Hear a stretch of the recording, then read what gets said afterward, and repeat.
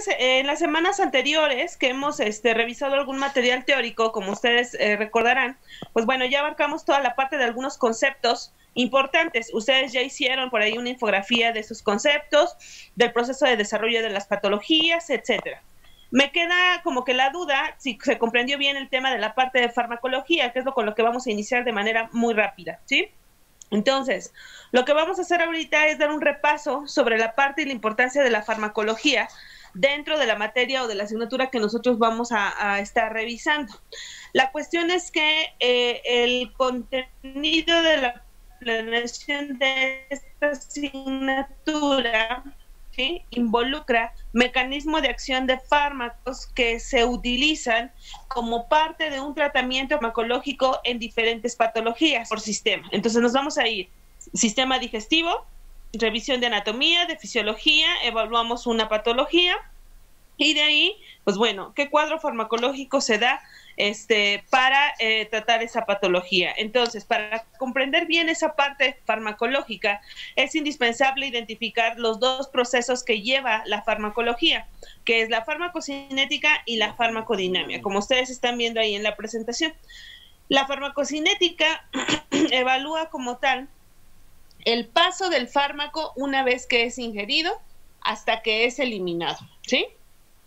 ¿De qué depende todo este proceso? Depende de muchas cosas, dentro de las cuales destacan la forma farmacéutica. ¿A qué nos referimos? A la presentación en el cual está el principio activo.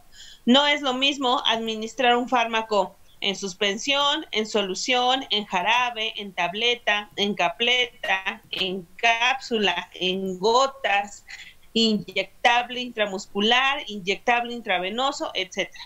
A eso nos referimos con la forma farmacéutica.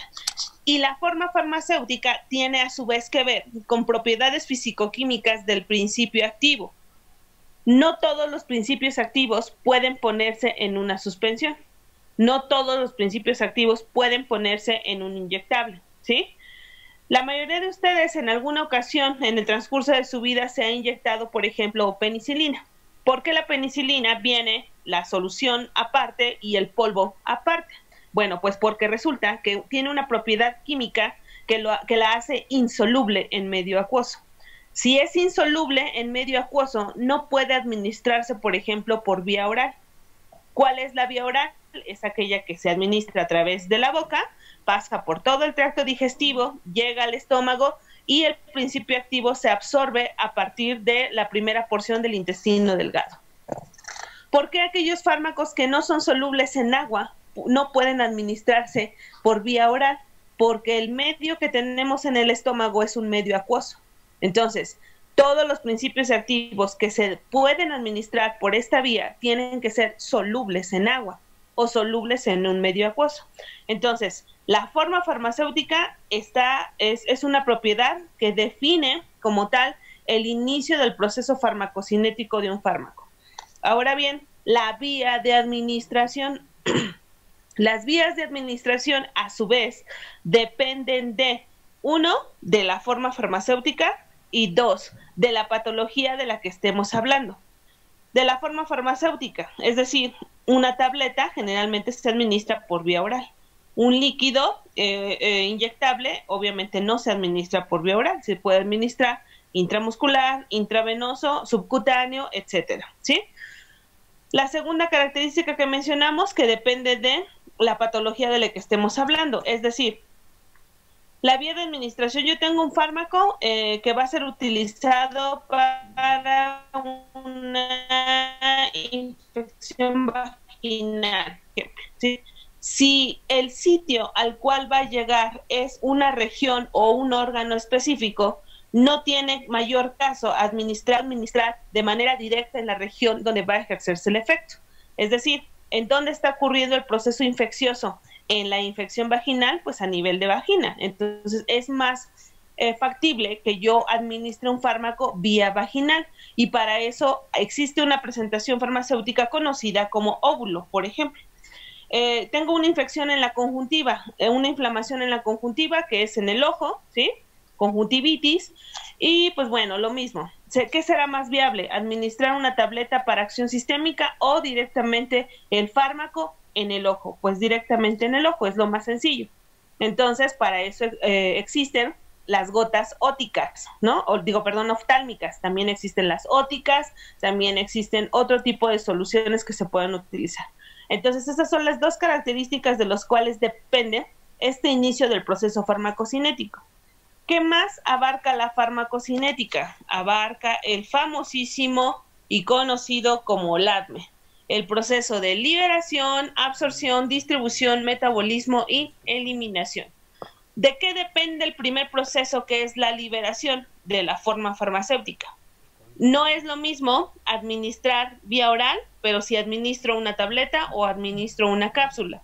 El proceso de dilución del comprimido, en este caso la tableta, o del recubrimiento de gelosa, en el caso de la cápsula, el tiempo de degradación y liberación del activo no es el mismo. Es más rápido en la cápsula porque los ácidos del jugo gástrico la disuelven más rápido que, por ejemplo, el comprimido o la tableta. Entonces, la liberación depende directamente de la forma farmacéutica que yo esté administrando. Si tienen alguna pregunta, pueden activar su audio y en ese momento me preguntan, chicos, por favor. Después después de que se libera el fármaco, el activo, ocurre el fenómeno de absorción. ¿Dónde ocurre el fenómeno de absorción? Depende de la vía de administración que hayamos escogido, y obviamente de eso depende la forma farmacéutica. Para la vía oral, la vía de absorción es directamente la primera porción del intestino delgado. Para la vía intramuscular, el músculo correspondiente donde se llevó a cabo la administración, y así sucesivamente. Característica que debe de tener un sitio de absorción: debe de tener alta irrigación sanguínea, ¿sí? Una vez que se lleva a cabo el proceso de absorción, el fármaco o el activo pasa a torrente sanguíneo. ¿Cuál es el objetivo de pasar a torrente sanguíneo? Que una vez que esté ahí, se adhiere a proteínas plasmáticas y se distribuye a todo el cuerpo. El objetivo es que el fármaco llegue al sitio donde va a ejercer su efecto farmacológico, conocido como sitio de acción. ¿De qué depende este proceso de distribución? Depende de qué tanta afinidad el fármaco tenga sobre las proteínas plasmáticas y de cuánta concentración sea capaz de llegar al sitio activo. Una vez que llega al sitio activo o al sitio de acción, ¿sí?, ocurre un fenómeno diferente al farmacocinético. En este caso ocurre como tal el efecto farmacológico. Ese efecto farmacológico, ¿cómo se lleva a cabo? No lo estudia la farmacocinética, sino que lo estudia la farmacodinamia, ¿sí? Cómo llega, a dónde llega, si se permea a través de las células, si se une a un receptor, etcétera, etcétera, ¿sí? Una vez que el fármaco ejerció su mecanismo de acción, no se puede quedar dentro de nuestro organismo, tiene que eliminarse. Pero antes de ser eliminado, tiene que pasar por un proceso conocido como el metabolismo. ¿Quién es el órgano por excelencia que lleva a cabo este proceso de metabolismo? El hígado. El hígado es un órgano que sintetiza un conjunto de enzimas conocidas como citocromo P400, metabolismo en dos fases. La fase 1, adición de grupos químicos que hacen al compuesto más hidrosoluble, ¿sí?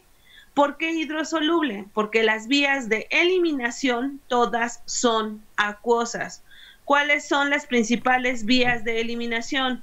Heces fecales, orina, sudor, saliva y, en el caso de las mujeres, leche materna. Todas esas vías de eliminación son de características hidrosolubles o acuosas. Entonces, ¿qué necesita pasarle al fármaco para que pueda ser eliminado por estas vías? Hacerse más hidrosoluble. Por eso la primera fase del metabolismo es la adición de grupos químicos que hagan al compuesto más hidrosoluble, ¿sí? Y la segunda fase del metabolismo, fase número 2, que lo que sucede en esta fase es marcar a esos compuestos que van a ser eliminados para que mi metabolismo celular no los confunda y no los recicle. Recuerden ustedes que en nuestro metabolismo nada se desperdicia, ¿sí? Todo se reutiliza y todo lo guardamos por la situación de escasez a nivel metabólico. Por eso siempre los lípidos tendemos a guardarlos. Lo mismo sucede con todas las moléculas químicas que entran a nuestro cuerpo. En su conjunto, eso es la farmacocinética y la farmacodinamia. ¿Cómo evaluamos la farmacocinética y la farmacodinamia? La farmacocinética se evalúa a través de un comportamiento, matemático. Como todos ustedes saben, una cinética es la evaluación o el comportamiento de un compuesto a través del tiempo. Este comportamiento se puede evaluar de forma gráfica y podemos obtener diversos comportamientos gráficos, como lo mencionan en esas diapositivas. Ese material ya lo revisaron. Lo último que necesito que chequemos aquí es esta diapositiva. ¿Me escuchan? ¿Hasta este momento alguna duda? No, profe. ¿Todo bien? Ok. Entonces, ok, entonces...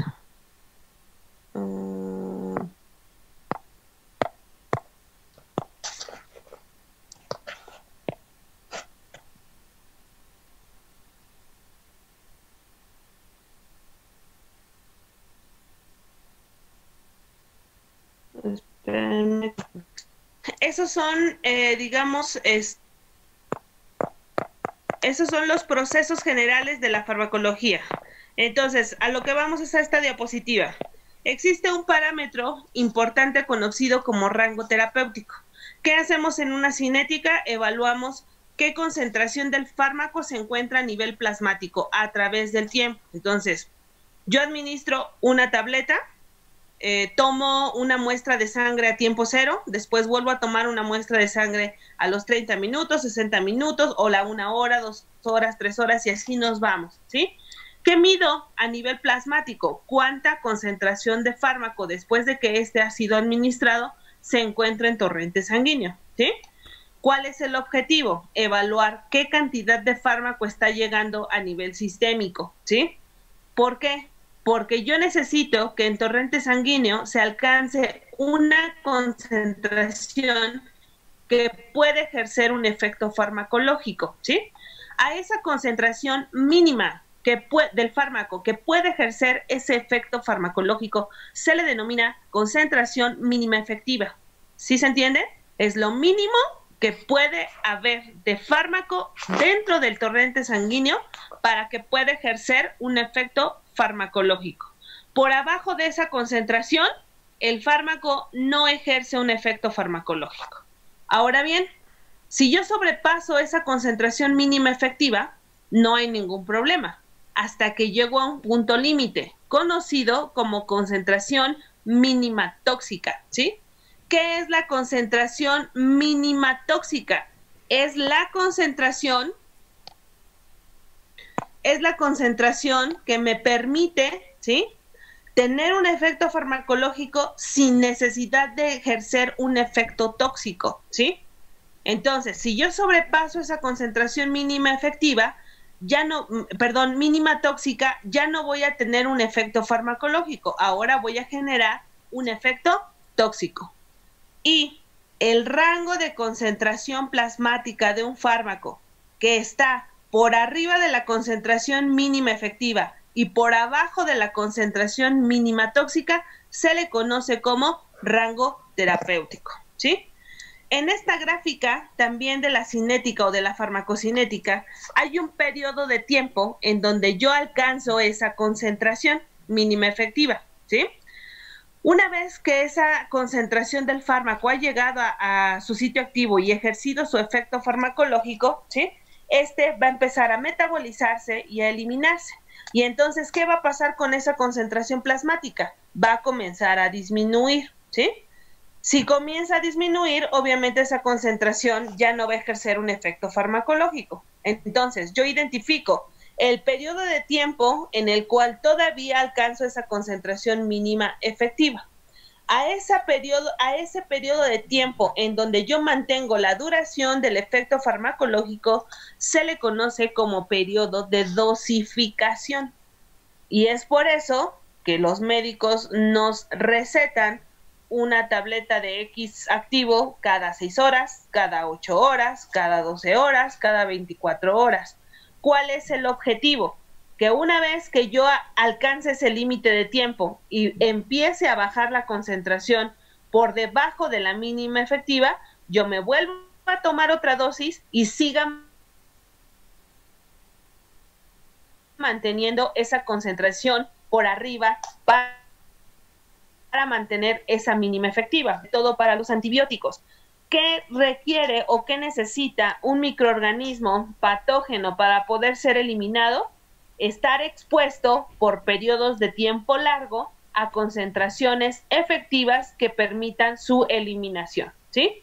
Entonces, el proceso conocido como adaptación o bien o pérdida del efecto de un antibiótico tiene que ver con que nosotros cuando nos administran antibióticos no mantenemos esta concentración mínima efectiva por el periodo de tiempo indicado, ¿sale?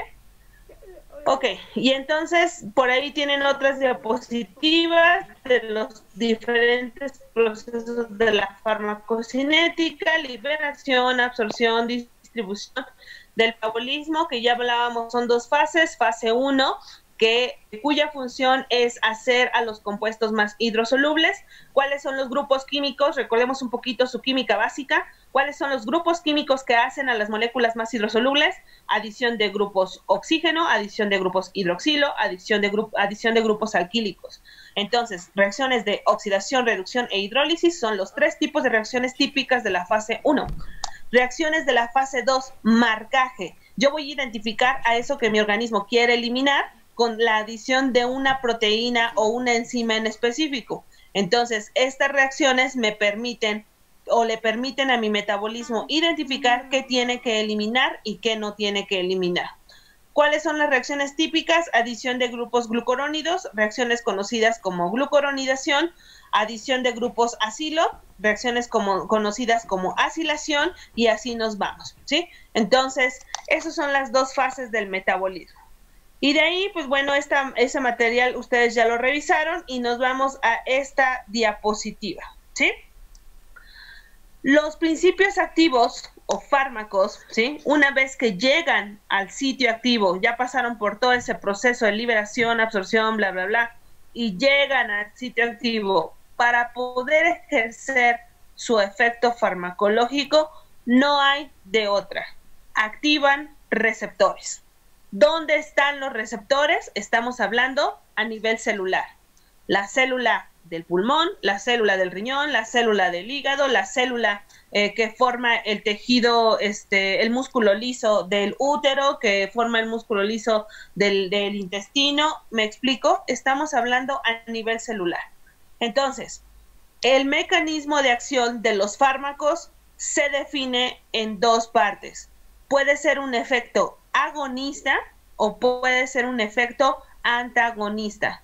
Efecto agonista, proceso de activación.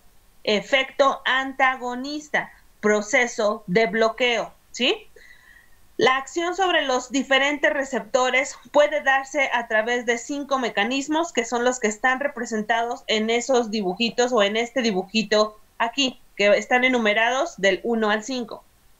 Primer proceso de activación del receptor. La droga o el fármaco atravesó la membrana celular, y una vez que atravesó la membrana celular, a nivel citoplasmático encontró a su receptor y se unió al receptor.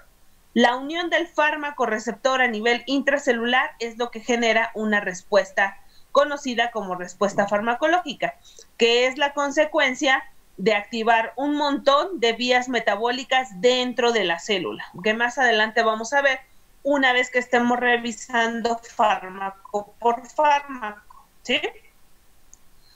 ¿Todas las drogas tienen la capacidad de atravesar la membrana citoplasmática? No. Características de la membrana citoplasmática: ¿cómo anda su fisiología celular y de tejidos? ¿De qué está formada la membrana? Es una bicapa lipídica que está orientada hacia la parte de los grupos fosfato al exterior, lo que la hace liposoluble, y la parte hidrofóbica al centro, ¿sí?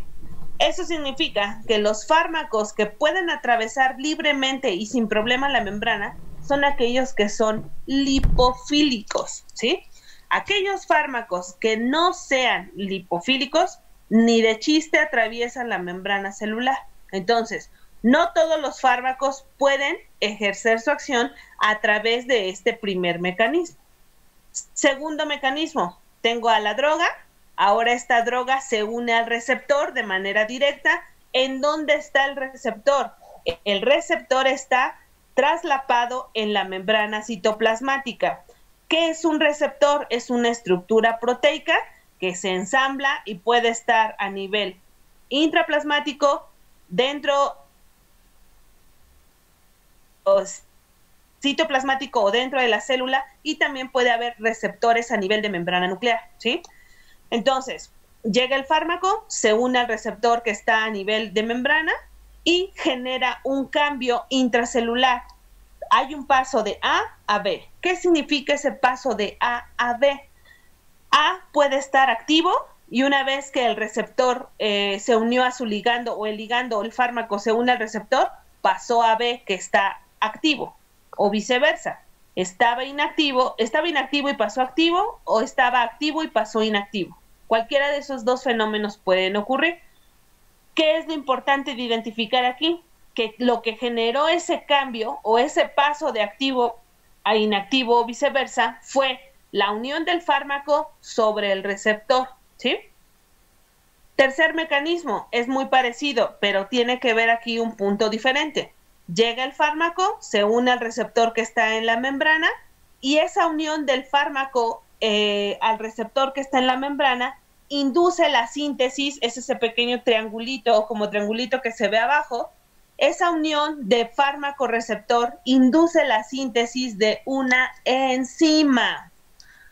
Esta enzima, como ustedes verán ahí, genera un cambio. Esa bolita azul pasó con una Y abajo, pasó a adherirse una P, que significa que estamos adhiriendo un grupo fosfato.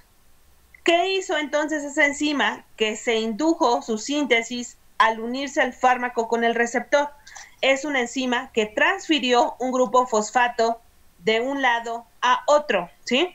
¿Cómo se le llama a ese primer grupo de enzimas que se encargan de transferir grupos? Transferasas. Son las del grupo 1, recuerden su tecnología enzimática, son las clasificadas en el grupo 1 como transferasas, y el proceso de transferencia es pasar un grupo de un compuesto químico a otro. Pueden transferir un montón de grupos, las transferasas, pueden transferir grupos alquílicos, grupos óxidos, grupos hidróxidos, grupos fosfato. En el caso de las células, las reacciones biológicas, este proceso de transferencia es de grupos fosfato.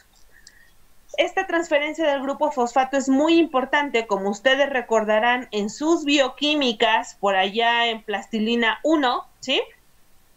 Bioquímica 1 y Bioquímica 2 revisaron todas sus rutas metabólicas. ¿Qué sucedía cuando yo fosforilaba un compuesto químico como resultado de la acción de una enzima? Estaba activando una vía metabólica o bloqueando una vía metabólica, ¿sí? ¿Y de dónde sacamos ese grupo fosfato? No hay de otra, ATP. El ATP tiene la capacidad de transferir dos grupos fosfato con ayuda de una enzima transferasa para poder llevar a cabo este proceso de reacciones de fosforilación. Entonces, ese es el tercer mecanismo. Cuarto mecanismo, si ustedes se fijan, tengo una proteína que funciona como receptor, que está traslapada en la membrana, pero que tiene una apertura en el centro. ¿Eso qué significa? Que es una proteína que funciona como un canal, ¿sí? Ese canal está cerrado. Pero ¿qué sucede cuando el fármaco llega y se une a la proteína transmembrana que está actuando como canal? Lo abre, y entonces al abrir ese canal a través de la membrana, estoy permitiendo la entrada y salida del espacio intra a extracelular o viceversa, ¿sí? Es así como funciona la famosísima bomba sodio-potasio. Entran dos sodios, sale un potasio. ¿Y eso qué genera en la membrana? Genera un cambio de potencial, ¿sí? Que vamos a ver más adelante. Pero entonces ese es el cuarto mecanismo. Y por último, el quinto mecanismo, y no menos importante, y que muchos en los artículos que ya les envié, algunos fármacos actúan por esta vía, ¿sí? Es la famosísima vía conocida como señalización por segundos mensajeros. ¿Qué es lo que hace el fármaco? El fármaco llega, ¿sí? Se une al receptor en la membrana, y libera a una proteína intermediaria identificada como G. Esa proteína G que está más en el espacio intracelular, antes de que el fármaco se uniera al receptor, estaba pegada al receptor, ¿sí?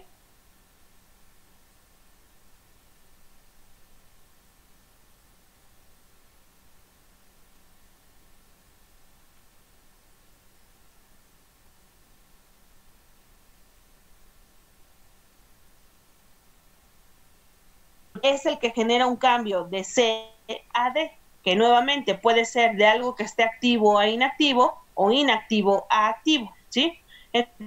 Entonces, como en realidad aquí el fármaco de manera directa no ejerció la respuesta, sino fue a través de esa proteína mensajera, ¿sí? Que es la proteína G, es por eso que esta vía de señalización se conoce como la vía de los segundos mensajeros. Entonces, la acción de los fármacos en el organismo, es decir, la farmacocinética del fármaco, se lleva a cabo solo a través de cualquiera de estos tipos de mecanismos.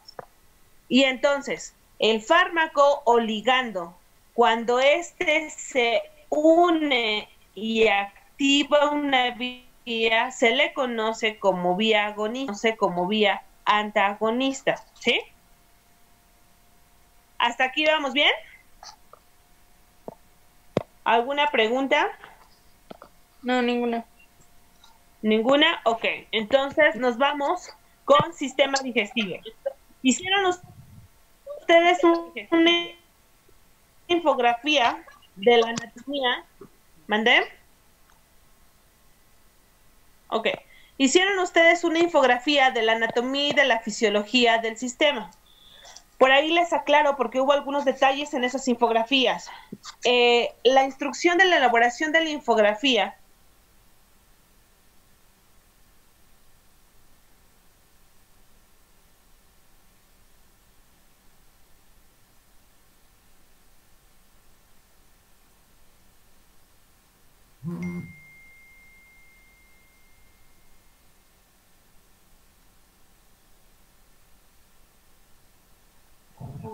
Profesora.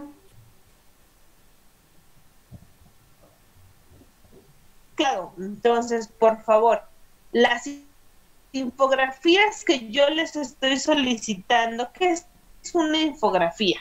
Es una fuente de información concreta que me permite a mí, que me está permitiendo a mí informarle a quien la vea, ¿sí? De ciertos puntos claves sobre un tema en específico. En este caso, anatomía y fisiología del sistema que yo les indique, ¿sí?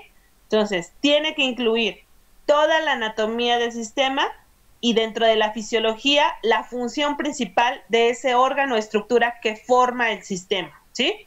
Aquí no vamos a meter patologías, en la infografía no van a meter farmacología ni nada de eso. Eso es lo que tiene que incluir